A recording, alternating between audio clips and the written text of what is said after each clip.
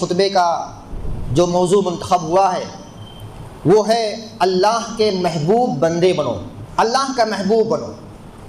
اور یہ یقینی بات ہے جو اللہ کا محبوب بن گیا تو وہ خود اللہ تبارک و تعالیٰ سے بھی وہ محبت کرے گا بندہ، اور جب بندہ اللہ سے محبت کرے گا اور اللہ اس سے محبت کرے گا تو اس کا مطلب کیا ہوا اس کے پیچھے کہ وہ بے شک اللہ تبارک و تعالیٰ کے تمام احکامات کو مانتا ہے جو اللہ تبارک و تعالیٰ نے اپنے ذریعے سے قرآن کے اندر اور نبی مکرم صلی اللہ علیہ وسلم کے ذریعے سے احادیث کے اندر جو ہم انسانوں سے، ہم مسلمانوں سے مطالبہ کیا ہے، جو چاہا ہے، جو تقاضا کیا ہے، اس تقاضے کے عین مطابق وہ شخص عمل کرتا ہے جو اللہ کا محبوب ہے۔ اور بندہ اللہ تبارک و تعالیٰ کو محبوب رکھتا ہے۔ اللہ سے محبت کرنا یہ ایک عبادت ہے جو قلبی عبادت ہے، دلی عبادت ہے۔ انسان اپنے قلب سے، اپنے دل سے محبت کرتا ہے، یعنی دل کے عمل کے اندر ایک عمل ہے، دل کا عمل وہ کیا ہے؟ محبت کرنا۔ اور سب سے زیادہ ایک مومن کو محبت اللہ رب العالمین سے ہونی چاہیے۔ مشرکوں کا حال اس کے الٹا ہوتا ہے، جس کے بارے میں اللہ تبارک و تعالیٰ نے فرمایا وَمِنَ النَّاسِ مَن يَتَّخِذُ مِن دُونِ اللَّهِ أَندَادًا يُحِبُّونَهُمْ كَحُبِّ اللَّهِ وَالَّذِينَ آمَنُوا أَشَدُّ حُبًّا لِلَّهِ۔ انسانوں میں سے بعض لوگ ایسے ہیں کہ اپنے شرکاء سے ایسی محبت کرتے ہیں کحب اللہ، جیسے اللہ سے محبت کرنی چاہیے۔ وَالَّذِينَ آمَنُوا أَشَدُّ حُبًّا لِلَّهِ، لیکن مومنوں کا کردار، مومنوں کا اخلاق اور مومنوں کا طور طریقہ یہ ہوتا ہے کہ وہ اشد حبا للہ، اللہ کی محبت میں سب سے زیادہ سخت ہوتے ہیں۔ اور ظاہر سی بات ہے جو اللہ سے محبت کرے وہ ربوبیت میں، الوہیت میں اور اسماء و صفات کے اندر، تینوں کے اندر صرف اور صرف اللہ تبارک و تعالیٰ ہی کو اکیلا اور تنہا مانے گا۔ اسی لیے یہ تو ہو گیا مومنوں کا کردار کہ مومن اللہ تعالیٰ سے کس طرح محبت کرتے ہیں۔ اللہ کس طرح محبت کرتا ہے اس کی ایک جھلک اللہ تبارک و تعالیٰ نے بتائی، بلکہ اس کی جھلک کسی چیز کے اندر رکھ لی کہ اگر وہ چیز تم کرو گے تو گویا کہ اللہ تبارک و تعالیٰ تم سے محبت کرے گا، اگر وہ چیز تم نہیں کرو گے تو اللہ تبارک و تعالیٰ کی محبت تم پا ہی نہیں سکتے، اللہ کی محبت پا ہی نہیں سکتے۔ اگر تمہارا دعویٰ ہو جائے کہ میں اللہ سے محبت کرتا ہوں، تمہارا دعویٰ ہو جائے کہ اللہ تبارک و تعالیٰ سے محبت آپ کرتے ہو، تو سب سے پہلے آپ کو یہ کرنا پڑے گا۔ پھر دوسری بات یہ آتی ہے جیسے قرآن کریم کے اندر سورہ انعام اور پارہ نمبر 8 کے اندر فرمایا کہ قل ان صلاتی ونسکی ومحیایا ومماتی للہ رب العالمین۔ آپ کو یہ کہنا پڑے گا، کیا کہنا پڑے گا؟ میری نماز یعنی میری تمام عبادت، ونسکی عبادت کے جتنے طریقے ہیں یا قربانی، بلکہ میرا جینا اور میرا مرنا للہ رب العالمین، وہ اللہ رب العالمین کے لیے۔ تب آپ سمجھ سکتے ہو کہ آپ اللہ سے محبت کرتے ہو، ورنہ زبان سے صرف کہہ دینا کہ مومن ہم بھی ہیں اس لیے سب سے زیادہ اللہ تبارک و تعالیٰ سے محبت کرتے ہیں، آپ کے اندر یہ دیکھا جائے گا کہ اللہ تبارک و تعالیٰ کے احکام پر آپ عمل کرتے ہو یا نہیں۔ اگر کرتے ہو تو آپ اس آیت کریمہ پر ایمان رکھتے ہو کہ نہیں کہ میری نماز، میرے تمام مراسم عبودیت، میری عبادت کے جتنے بھی طریقے ہیں، میری قربانی، بلکہ میرا جینا اور میرا مرنا، میرا اٹھنا، میرا بیٹھنا اور میری زندگی گزارنا، یہ ساری چیزیں دنیا کے اندر ہو رہی، جتنی بھی ایکٹیویٹی ہو رہی ہے، یہ کس کے لیے؟ اللہ رب العالمین کے لیے ہے۔ تو یہ کہا جا سکتا ہے کہ آپ واقعی اللہ تبارک و تعالیٰ سے محبت کرتے ہو۔ لیکن اللہ کی محبت چاہیے تو کیا ہونا پڑے گا؟ ایک چیز کرنا پڑے گا۔ اللہ فرماتا ہے سورہ آل عمران پارہ نمبر 3 کی آیت کریمہ قل ان کنتم تحبون اللہ فاتبعونی، اے نبی صلی اللہ علیہ وسلم آپ کہہ دیجئے کہ اگر تم اللہ کی محبت چاہتے ہو، اگر تم یہ چاہتے ہو کہ اللہ تبارک و تعالیٰ تم سے محبت کرے، قل ان کنتم تحبون اللہ فاتبعونی، تو اے نبی صلی اللہ علیہ وسلم کہہ دیجئے کہ میری اطاعت و فرما برداری کرو۔ یعنی اگر اللہ کی محبت تم حاصل کرنا چاہتے ہو، اللہ کی محبت ہم حاصل کرنا چاہتے ہیں، تو ہمیں کرنا کیا پڑے گا؟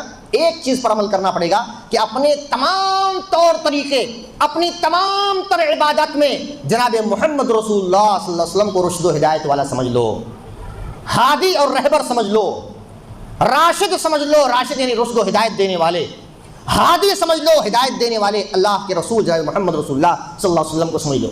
اسی لیے میں بسا اوقات ایک جملہ کہتا ہوں، یاد رکھیے گا، ہو سکتا ہے آپ کے لیے نیا ہو یا نیا نہیں تو ہم سب کے لیے مفید تو ہے۔ ایک جملہ میں کہا کرتا ہوں اکثر و بیشتر کہ جس طرح ہمارا عقیدہ ہے کہ اللہ کی ذات میں، صفات میں، عبادات میں اللہ کے علاوہ اس جیسا کوئی بھی نہیں ہے، کوئی ہے ہی نہیں، اور ہم سورہ فاتحہ میں کہتے ہیں ایاک نعبد و ایاک نستعین، ہم تیری ہی عبادت کرتے ہیں اور تجھ سے ہی مدد طلب کرتے ہیں، یہ کہتے ہیں، یعنی ساری کبریائی، بڑائی، حمد و ثنا صرف اور صرف اللہ رب العالمین کے لیے، عبادت کریں گے تو صرف رب العالمین سے، مانگیں گے تو صرف رب العالمین سے۔ اسی طرح ہمیں یہ بھی اعتقاد رکھنا چاہیے، ہمارا عقیدہ یہ بھی ہونا چاہیے کہ جس طرح اللہ تبارک و تعالیٰ کو ذات میں، صفات میں اور عبادت میں اللہ کو اکیلا سمجھتے ہو، ویسے ہی رسول صلی اللہ علیہ وسلم کی رسالت میں رسول صلی اللہ علیہ وسلم کو اکیلا سمجھو، رسول کو اکیلا سمجھ لو، اور اپنے سارے طور طریقے جناب محمد رسول اللہ صلی اللہ علیہ وسلم کے طریقے پر کرو۔ اگر ہم نے یہ کر لیا کہ نبی صلی اللہ علیہ وسلم کی بھی ماننا ضروری ہے اور فلاں امام کی بھی ماننا ضروری ہے، جس طرح ان پر فرض ہے، ان کی اطاعت فرض ہے، ویسے اطاعت ان کی فرض ہے، ان کی بات ماننا ضروری ہے۔ بسا اوقات لوگوں کو یہ بھی دیکھا جاتا ہے کہ اگر وہ محمد رسول اللہ صلی اللہ علیہ وسلم کی حدیث پیش کی جائے تو وہ ڈائریکٹ یہ بات کہتے ہیں کہ ہاں ٹھیک ہے ہم مانتے ہیں لیکن ہمارے امام نے نہیں کہا ہے۔ یاد رکھیے طریقہ صحیح نہیں ہے، یہ طریقہ صحیح نہیں ہے۔ ہمارا طریقہ کیا ہے؟ جس طرح اللہ کے ذات و صفات میں ہم اکیلا سمجھتے اللہ کو، ویسے ہی رسول کی رسالت میں بھی رسول کو اکیلا سمجھتے ہیں، رسالت کے اندر کسی دوسرے امتی کو شامل نہیں کریں گے، رسالت کے اندر کسی دوسرے امتی کو شامل نہیں کریں، رسالت کے اندر ہم سب سے بڑا سمجھیں گے رسول صلی اللہ علیہ وسلم، عبادت کریں گے تو طریقہ لیں گے وہ رسول صلی اللہ علیہ وسلم کا طریقہ لیں گے، ان کو بھی رسالت میں اکیلا سمجھو، ان کے بخلاف کسی کی اطاعت نہ کرو۔ اور میں یہ بھی بات کہتا رہتا ہوں کہ اگر اس دنیا کے اندر نبی صلی اللہ علیہ وسلم کی اطاعت کے بعد اگر کسی کی اطاعت فرض ہوتی تو ابو بکر صدیق رحمہ کی فرض ہوتی، لیکن انہوں نے بھی کہا تھا اطیعونی ما اطاعت اللہ و رسولہ، اے لوگوں میری اطاعت اس وقت تک کرنا جب تک میں اللہ اس رسول کی اطاعت کرتا ہوں، اور اگر میں نے نافرمانی کی تو تم پر لازم نہیں ہے میری اطاعت لازم نہیں ہے۔ لہذا دنیا کے سارے لوگوں کو یہ میرا پیغام ہونا چاہیے اور میں دے رہا ہوں کہ رسول کی رسالت میں بھی رسول کو اکیلا سمجھو، ان کے برخلاف کسی امام کو مت مانو۔ ہاں ان کی تشریحات آپ لے سکتے ہیں، نبی صلی اللہ علیہ وسلم کے احادیث کی تشریحات جو قرآن و حدیث کے مطابق ہے، وہ جو امام بہترین امام جو ہے ان کی بات کو لے سکتے ہیں، ان کی تشریحات کو لے سکتے ہیں، ان کے سمجھانے کے طریقے کو لے سکتے ہیں، صحابہ کے طریقوں کو دیکھ سکتے ہیں، صحابہ کے فہم کو دے سکتے ہیں، سلف صالحین کے فہم کو دے سکتے ہیں کہ فلاں حدیث فلاں قرآن کی آیت کریمہ سلف صالحین کس طرح سمجھتے ہیں، یہ چیز ہے۔ تو اللہ کا محبوب بندہ بننے کے لیے کیا کرنا پڑے گا؟ سب سے زیادہ محبت آپ خود اللہ سے کرو، اور پھر اللہ کا محبوب بننے کے لیے جناب محمد رسول اللہ صلی اللہ علیہ وسلم کی اطاعت کرو۔ ہمیں تانا دیا جاتا ہے، ہمیں تان و تشریح کی جاتی ہے، یہ تو نبی کو نہیں مانتے، یہ تو نبی کو نہیں مانتے۔ مجھے ہنسی آتی ہے اور ہم سب کو ہنسی آئے گی اس بات پر، کیا کوئی مسلمان ایسا بھی ہے جو دعوی مسلمانی کر رہا ہو، مسلمان ہونے کا دعویٰ کر رہا ہو اور جناب محمد رسول اللہ صلی اللہ علیہ وسلم کو مانے ہی نہ؟ یعنی لا الہ الا اللہ کو پر یقین کرتا ہے، محمد رسول اللہ صلی اللہ علیہ وسلم پر یقین ہی نہیں کرتا، اشہد ان لا الہ الا اللہ تو کہتا ہے واشہد ان محمد عبدہ ورسولہ نہیں کہتا، کیا مسلمان ہوگا وہ؟ نہیں، مسلمان ہو ہی نہیں سکتا، مسلمان ہو ہی نہیں سکتا۔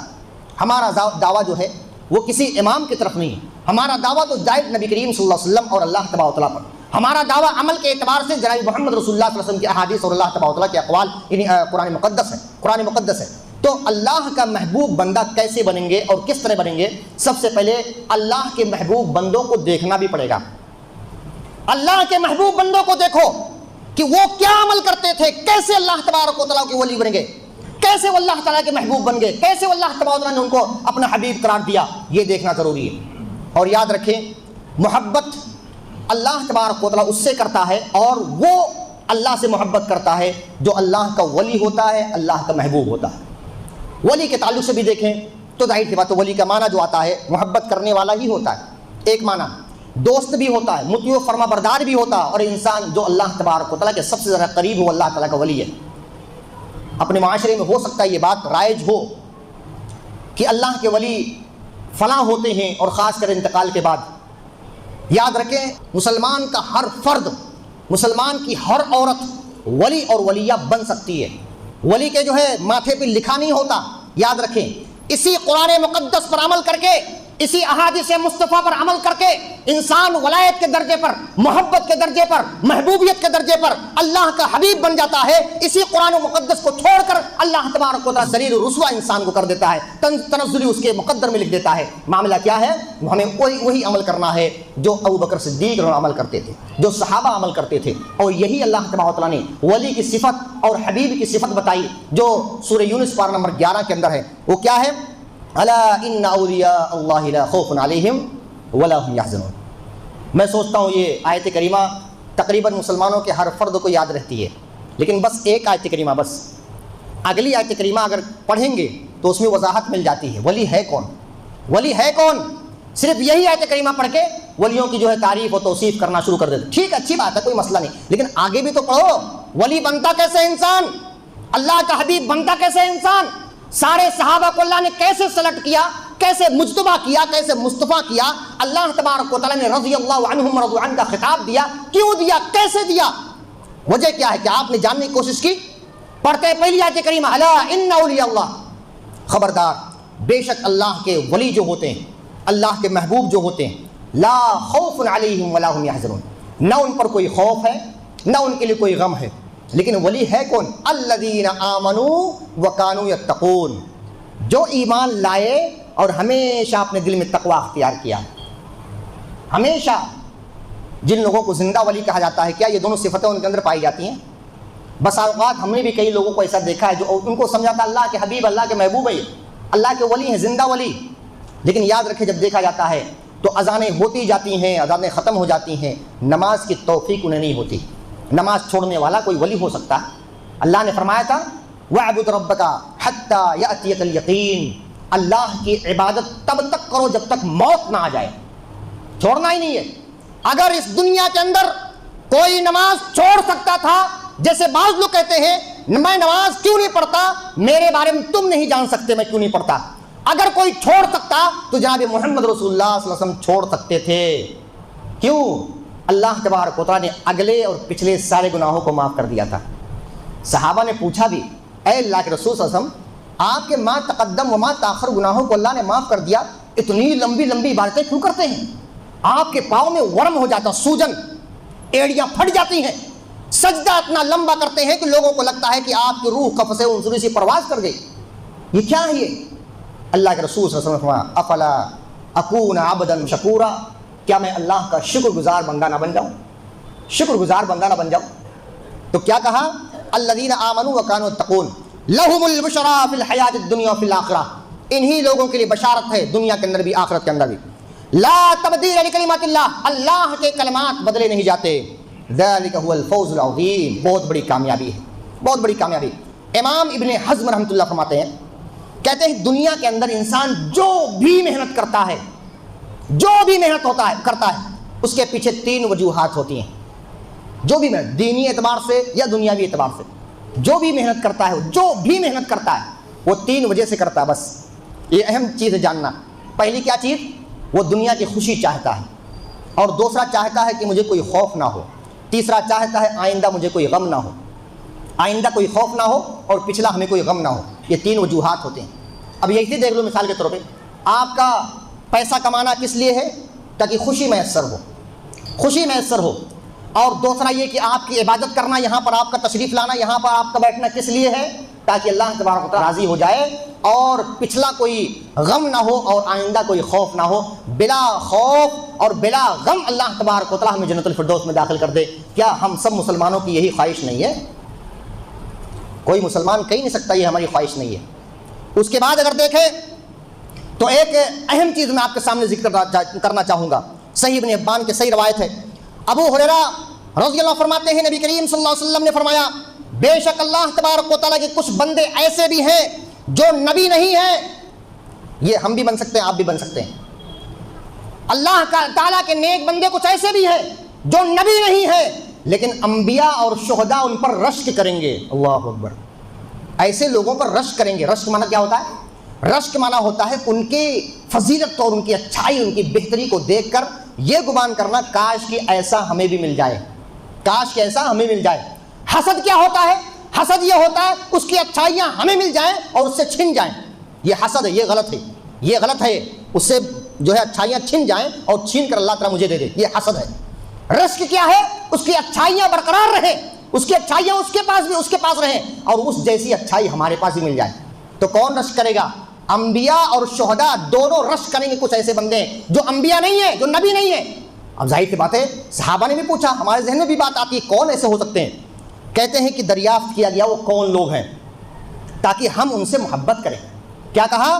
من ہم، وہ کون لوگ ہیں، لعلنا نحبہم، تاکہ ہم ان سے محبت کریں۔ وہ کون لوگ ہیں؟ نبی صلی اللہ علیہ وسلم نے فرمایا ایک چیز بہت اہم چیز ہے، یہ وہ لوگ ہیں جو کسی رشتہ داری یا نسبت کے بغیر اللہ تبارک و تعالیٰ کی رضا کے لیے ایک دوسرے سے محبت کرتے ہیں۔ ایک مسلمان دوسرے مسلمان سے محبت کرتے ہیں، رشتہ داری نہیں ہے تب بھی محبت کرتے ہیں، کوئی نسبت نہیں ہے تو بھی محبت کرتے ہیں۔ ایک مسلمان دوسرے مسلمان سے محبت کریں۔ یہ انبیاء اور شہداء ایسے لوگوں پر رشک کریں گے، اور ان کی فضیلت کیا ہے وہ آگے میں بیان کرنے والا ہوں، لیکن یہیں پر رک کر اپنا معاشرہ بھی دیکھتے ہیں، اپنا معاشرہ بھی دیکھتے ہیں۔ یاد رکھیں جب ہم معاشرے کی بات کرتے ہیں تو یاد رکھیں کسی کوئی ایک انسان مراد نہیں ہوتا، ہمارا ٹارگٹ برائی پر ہوتا ہے، کسی انسان پر نہیں ہوتا۔ الحمدللہ رب العالمین۔ اپنے معاشرے کے اندر بھی دیکھیں تو آج ایسے کچھ لوگوں کو پائیں گے جو رشتہ داریوں کو کاٹنے کے تعلق سے بات کرتے ہیں، سلام کلام چھوڑنے کے تعلق سے بات کرتے ہیں، ان کے پاس قریب نہیں جانا، ان سے بات نہیں کرنا، ان سے سلام نہیں کرنا، ان سے رشتہ داری مت رکھنا، ان سے نکاح نہیں کرنا، ان کی لڑکی لینا نہیں، ان کے ہاں لڑکی دینا نہیں، یہ ساری چیزیں اپنے معاشرے کے اندر بھی ہوتا ہے۔ یاد رکھیں ایسے لوگ اس فضیلت کو جان لیں تو انشاءاللہ تبارک و تعالیٰ ایسا عمل نہیں کریں گے۔ یہ جناب محمد رسول اللہ صلی اللہ علیہ وسلم کی حدیث ہے، جناب محمد رسول اللہ صلی اللہ علیہ وسلم کی حدیث ہے۔ ہمارا بھی دعویٰ، تمام مسلمانوں کا بھی دعویٰ ہے کہ ہم جناب محمد رسول اللہ صلی اللہ علیہ وسلم کو دل و جان سے مانتے ہیں۔ اگر مانتے ہیں ہم بھی تو ہمارے اوپر بھی لازم ہے اس پر عمل کریں، اور آپ بھی اگر مانتے ہیں نبی صلی اللہ علیہ وسلم کو دل و جان سے زیادہ تو آپ بھی اس پر عمل کریں اور چھوڑ دیں ساری چیزیں جو آپ کر رہے ہیں۔ کیا ہے؟ جو کسی رشتہ داری اور کسی نسبت کے بغیر اللہ تعالیٰ کی رضا کے لیے ایک دوسرے سے محبت کرتے ہیں۔ وجوہہم نور، قیامت کے ان کے چہرے نور کے ہوں گے۔ وجوہہم نور، ان کے چہرے نور کے ہوں گے۔ فضیلت یاد رکھو۔ دوسری فضیلت کیا ہے؟ علی منابر من نور، ان کو نور کے ممبروں پر بٹھایا جائے گا، وہ نور کے ممبروں پر ہوں گے۔ اور کیا ہوگا؟ لا یخافون اذا خاف الناس، ان کو کوئی خوف نہیں ہوگا جب بہت سارے لوگ خوف زدہ ہوں گے، بہت سارے لوگ ڈر رہے ہوں گے، تو ایسے وقت یہ لوگ بغیر خوف کے ہوں گے۔ اور آگے فرمایا ولا يحزنون اذا حزن الناس، وہ غم نہیں کریں گے، فکر نہیں کریں گے، ٹینشن اور ڈپریشن ان کو نہیں ہوگا جب بہت سارے لوگ غم اور فکر کرنے لگ جائیں گے قیامت کے دن۔ ان کو کوئی خوف نہیں ہوگا، کوئی غم نہیں ہوگا۔ پھر اس کے بعد یہ آیت کریمہ نبی صلی اللہ علیہ وسلم نے پڑھی یہی الا ان اولیاء اللہ لا خوف علیہم ولا هم يحزنون۔ یہ صفت پائی جاتی ہے آج کے ولیوں میں، یہ صفت پیدا کرو انشاءاللہ تبارک و تعالیٰ آپ بھی اللہ کے ولی، اللہ کے حبیب، اللہ کے محبوب بن جائیں۔ ہمارا موضوع یہی ہے کہ اللہ کے محبوب بندے بنیں۔ دنیا کا سب سے بڑا اللہ کا محبوب کون ہے؟ اس میں تھوڑا سا غور کیجیے گا۔ دنیا کا سب سے بڑا درجے اور مرتبے کے اعتبار سے اللہ کا محبوب، اللہ کا حبیب کون ہے؟ یہ بات یاد رکھیں۔ کہتے ہیں دنیا کے سب سے بڑے اولیاء جو ہوتے ہیں وہ انبیاء ہوتے ہیں۔ غور کیجیے گا، عام پھر خاص پھر خاص پھر خاص، یاد رکھیں۔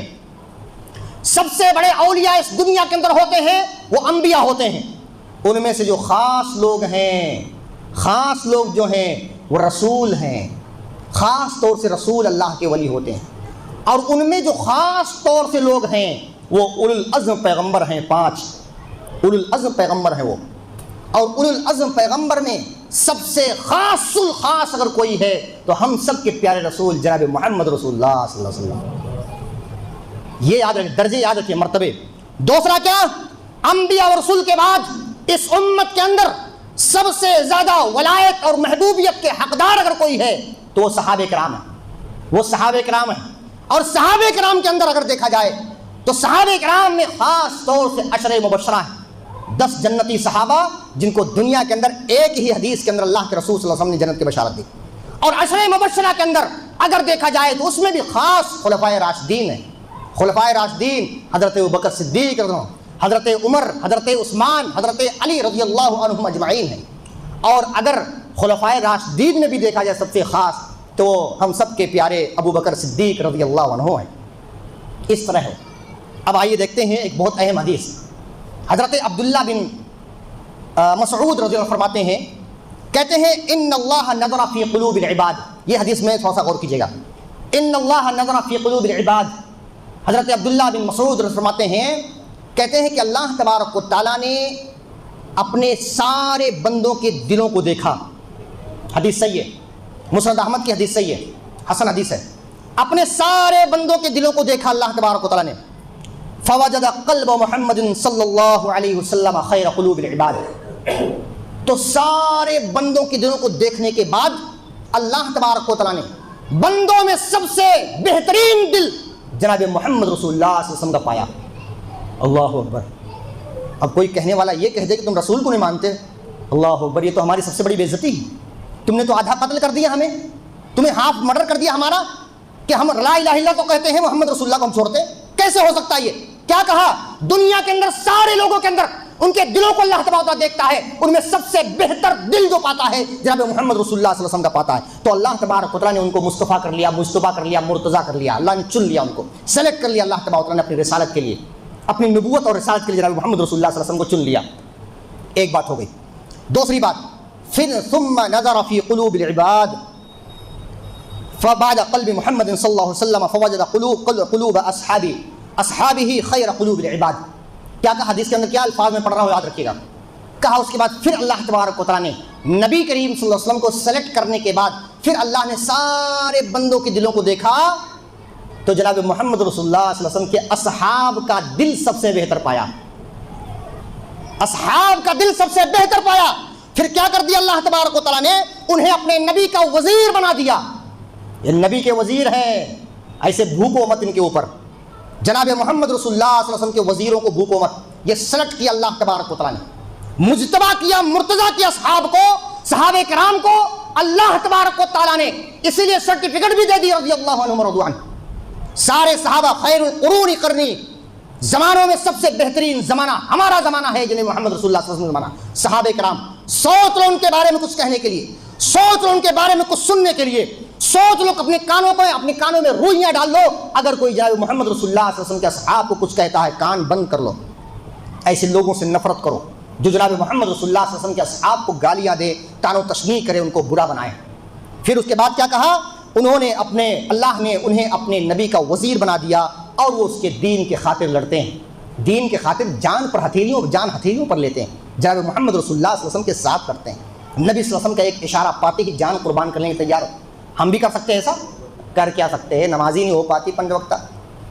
فما رأى المسلمون حسنا فهو عند الله حسن.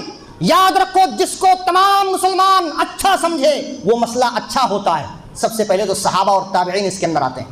صحابہ اور تابعین کہ سارے صحابہ، سارے تابعین، ساری امت مسلمانوں کی اگر کسی چیز کو اچھا سمجھے یہ اجماع بن جاتا ہے. یہ اجماع ہماری دلیل ہے، اجماع ہماری دلیل ہے. کچھ لوگ کہتے ہیں اجماع کو نہیں مانتے، قیاس کو نہیں مانتے.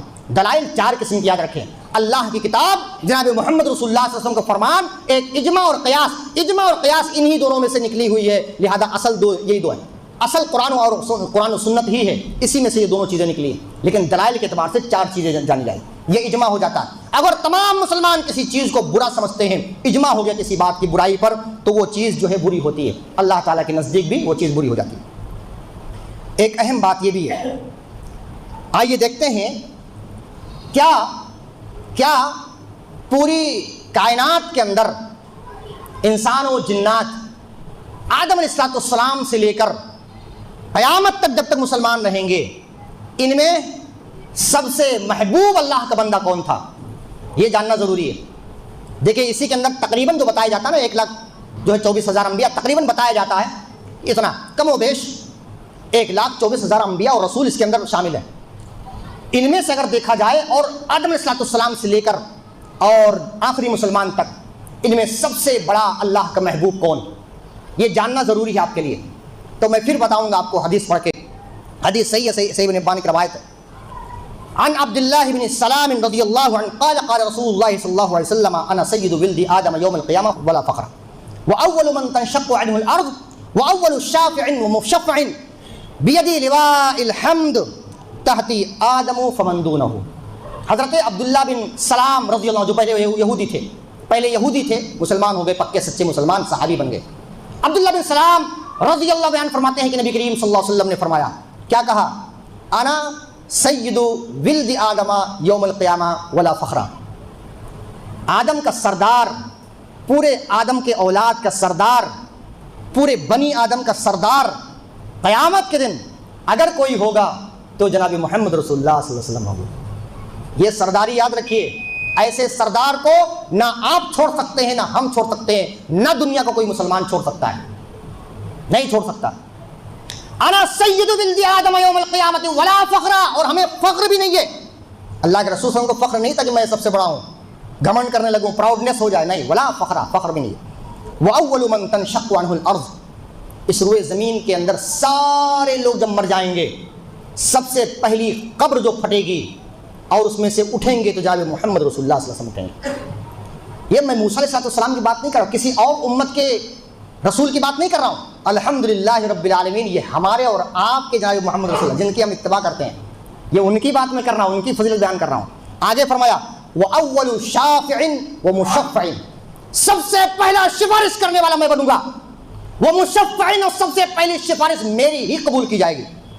آدم علیہ السلام سے لے کر عیسیٰ علیہ السلام تک کوئی بھی نبی ایسا نہیں ہوگا جو نبی صلی اللہ علیہ وسلم سے آگے بڑھ سکے، حالانکہ سب کی فضیلت ہے، سب پر ایمان ہمارا اجمالی طور پر سب پر ایمان ہے۔ اور فرمایا بیدی لواء الحمد، میرے ہاتھ میں حمد کا جھنڈا ہوگا، میرے ہاتھ میں تعریف کا جھنڈا، حمد کا جھنڈا ہوگا۔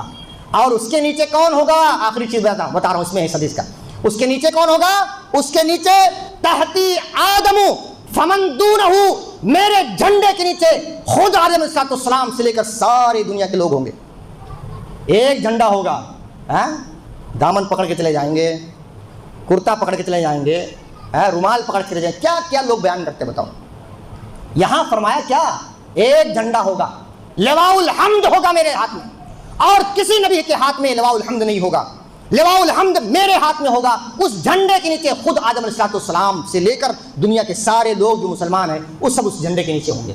یہ ہے۔ اور آخری چیز بیان کرتا ہوں کہ اگر اللہ کے محبوب بندہ بننا ہے تو آپ کو استقامت اختیار کرنا۔ جمعہ کی نماز آپ نے شروع کر دی، مت چھوڑیے نمازوں کو، مت چھوڑیے نمازوں کو۔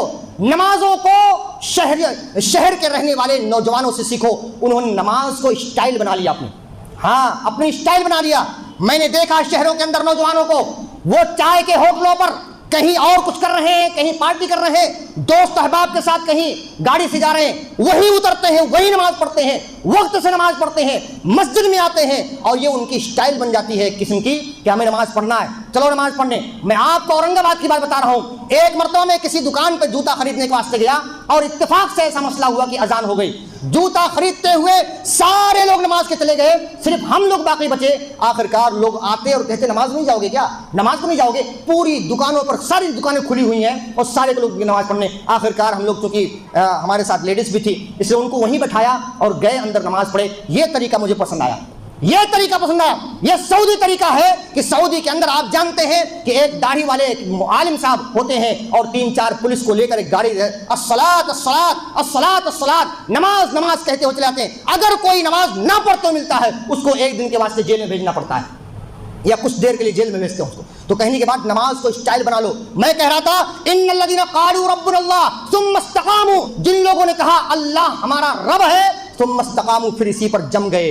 رب ہے تو عبادات اسی کے لیے، رب ہے تو تمہاری زندگی ہماری زندگی اسی کے لیے، رب اللہ ہے تو ہماری موت اسی کے لیے، ہماری تمام مراسم عبودیت اللہ رب العالمین کے لیے۔ اس پر استقامت اختیار کرو، نمازوں کو مت چھوڑا کرو۔ یاد رکھیں، آپ دکانوں کے پیچھے، مکانوں کے پیچھے نمازوں کو چھوڑتے ہو تو 10-15 منٹ کے لیے موقوف کر دو، موقوف کر دو۔ آپ کسی دوسرے کو وہاں بٹھا دو۔ اور اس طرح بھی کیا آپ کر سکتے ہیں کہ آپ کہیں نماز پڑھ لیے، وہ کہیں نماز پڑھ لیا، لیکن نمازوں کو چھوڑنا نہیں۔ کوئی بہانہ نہیں بنا پاؤ گے، اللہ کے پاس کوئی بہانہ، کوئی عذر معذرت نہیں چلے گا، کوئی عذر۔ وہاں حساب کتاب ہوگا، تم ہوگے، تمہارا پروردگار ہوگا، وہاں حساب کتاب دے دینا۔ یاد رکھیں، میں یہاں پر بھی کسی ایک آدمی کو تشنیع نہیں کر رہا، کسی ایک آدمی کو، میں سارے مسلمانوں کو کہنا چاہوں گا کہ نماز کو اپنی اسٹائل بنا لو، نماز کو مت چھوڑو، نماز کو چھوڑنے سے فائدہ نہیں ہے۔ پھر کہا اس کے بعد تتنزل علیہم الملائکہ، اگر تم ایسا کرو گے، استقامت پر رہو گے، اللہ کو رب مانو گے، تو کیا ہوگا؟ اللہ کے فرشتے تمہارے اوپر نازل ہوں گے موت کے وقت، اور کیا کہیں گے؟ اللہ تخافو، اے وہ موت، اے وہ مرنے والے شخص، اے وہ موت کے قریب شخص، تمہارے لیے کوئی غم نہیں ہے، تمہارے لیے کوئی غم نہیں ہے، کوئی خوف نہیں ہے۔ وَأَبْشِرُوا بِالْجَنَّةِ، اے وہ مرنے کرنے والے، تمہارے لیے جنت کی خوشخبری ہے، جنت التی کنتم توعدون، جس جنت کا تم سے وعدہ کیا تھا ہے۔ تو ہماری موت کے وقت ہمارے فرشتے جو جان نکالنے سے اگر یہ جملہ کہہ دیں ہمارے لیے کامیابی کا ایک سرٹیفکیٹ ملتا ہے، تو کیا ہم تیاری کرتے ہیں؟ کیا ہم جانتے ہیں؟ کیا ہم نماز پڑھتے ہیں؟ کیا ہم اللہ کے محبوب بندہ بننا چاہتے ہیں؟ انشاءاللہ تبارک و تعالی ہم سب لوگ ضرور اس پر کوشش کیجئے۔ آخر میں دعا ہے کہ اللہ تبارک و تعالی ہم تمام مسلمانوں کو اللہ کا محبوب بندہ بننے اور اللہ سے سب سے زیادہ محبت کرنے کی توفیق عطا فرمائے۔